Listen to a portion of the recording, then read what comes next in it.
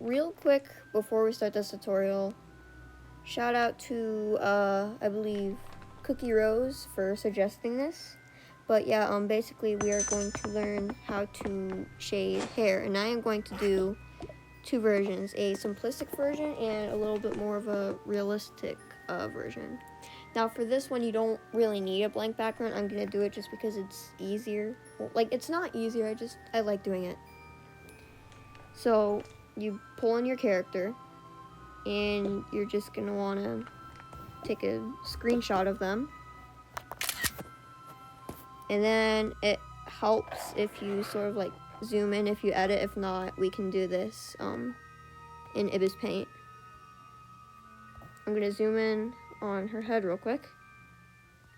Alright. And I have recently gotten another editing app. However, I will stay in Ibis Paint just, you know, for the simplicity of it. And actually, oh my god, I close. And we're gonna click import picture and then click your picture. Click cancel on this pop-up. And we're gonna start off with more of the simple shading, and then we're gonna do the more realistic one. Alright, so we're gonna go up to this little selection layer, and then we're gonna do the bucket tool. And we're just gonna kind of rapidly tap and fill that in. You can also color in little spots, like in here. Because sometimes, especially if the photo isn't as high of quality, it tends to not get all of the color. So we're gonna fill that in real quick. Get every bit of the hair. Every bit.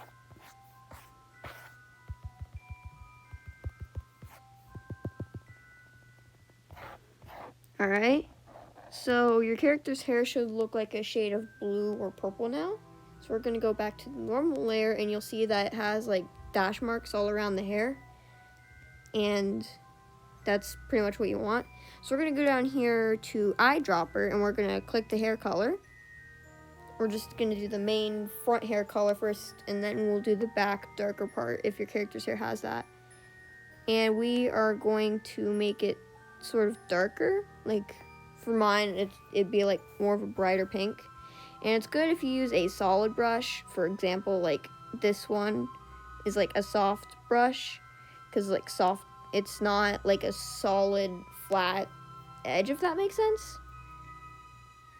This one would, because I don't know how to explain it. I'm trying. But anyways, you're gonna want to just pretend there's like a light like over, we're gonna do over here.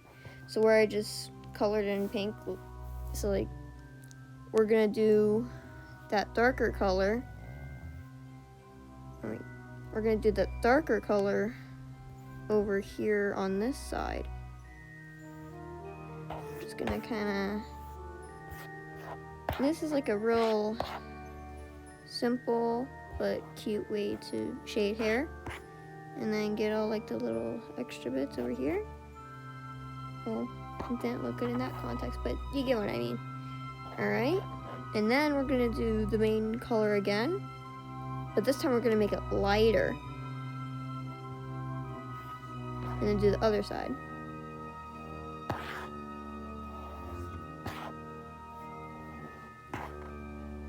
And there we go. Well, I'm gonna fix that real quick. But yeah, that's pretty much it. You can also do it for this darker area down here. Basically just repeat the same steps with the eyedrop and all that. Like, you know, make it darker, shade. Well, you'd have to make the brush smaller, but you get what I mean. Yeah. Alright, the next one is a little more complicated. So this is like the main one I've been wanting to show you. You're gonna want to find a brush that kind of looks like hair. There are hair brushes, but you have to watch an ad to use those, or get the membership. However, I found one that's pretty close to them called Round Brush Point. It's basically hair. Alright, so I'm just going to eye drop the hair, make it a bit darker, and we are going to add a new layer. Turn this little slider down, or on the bottom layer, and let's just go with 45. We're going to use this, and we're kind of just gonna go around the hair, and you can change the size to your liking. So you can make it bigger or smaller. Yeah, just kind of keep going over it. Like, think about how hair normally flows. It's like right here it would flow straight downward, and then it kind of curves a little bit right here. Make sure on this part you really want to get those gaps.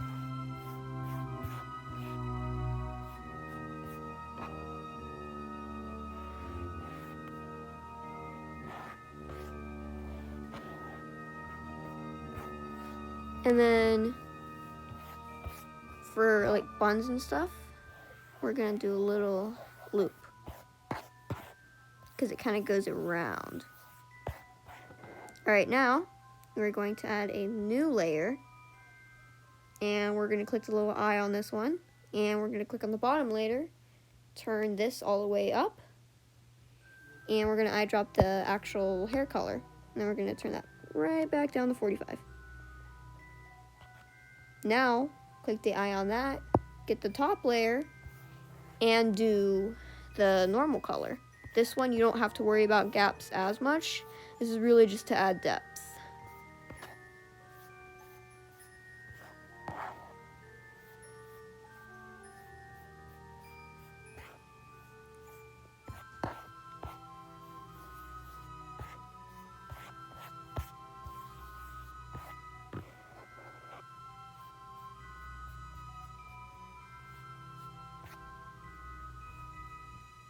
But yeah, that's pretty much how you shade hair.